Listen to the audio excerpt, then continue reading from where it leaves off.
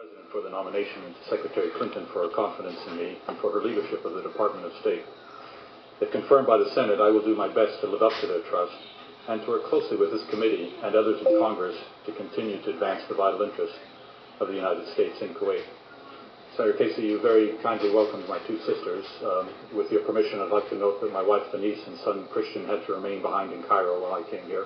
But my two sisters, who represent 8 of my sisters, and my one brother, with whom we grew up in the Foreign Service, were kind enough to join me today, and my 5 children refer to those aunts as the entourage, so I'm happy to have their support here. Mr. Chairman, the State of Kuwait has been a reliable partner and friend in a region of utmost importance to U.S. interests. Since 1991, U.S. military forces and our coalition partners have relied heavily on Kuwait's support for our regional policy priorities. If confirmed, I will work to expand that support into broader political, social, and economic arenas. If confirmed, I will seek to focus intensively on ensuring that Kuwait continues to act as a full partner with the U.S. in regional security efforts. Kuwait is playing an essential role in the repositioning of our forces from Iraq. Continuing to foster improved Kuwaiti-Iraqi relations in coordination with Embassy Baghdad will help speed Iraq's regional reintegration and create an atmosphere in which political and trade ties can prosper.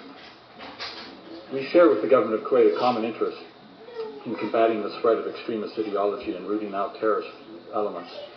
If confirmed, I will seek to build strong counterterrorism cooperation to include increased information sharing and intensified training efforts. As states in the region today face popular demands to close the often yawning gaps between governments and the people, Kuwait's traditions of open political discourse and constitutional sharing of power have put the country in a relatively advantageous position to meet the challenges of this new era in the Middle East. Recent parliamentary elections have led to a gradually increasing role for women in parliamentary and political life. If confirmed, I will endeavor to help Kuwait consolidate and expand those democratic gains. Mr. Chairman, I've had the privilege of serving my country as a Foreign Service officer for more than 25 years, most recently as Deputy Chief of Mission at our embassy in Cairo during the turbulent but inspiring events of the January 25th revolution. My Foreign Service career has included overseas service in Baghdad, Riyadh, London, Doha, Amman, and Yemen. As you noted, I've served twice before in Kuwait. And the ambassadors under whom I served in Kuwait were Edward Ghanim, Ryan Crocker, and Richard LeBaron.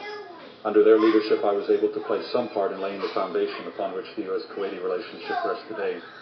If confirmed, I believe I can make a substantial contribution of service to the American people as the next U.S. ambassador to Kuwait.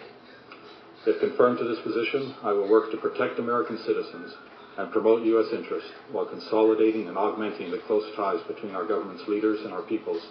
Again, I'm honored, Mr. Chairman, by this nomination and the opportunity to appear before you today, and look forward to your questions. Thank you. Thanks very much. Mr. Fairfax.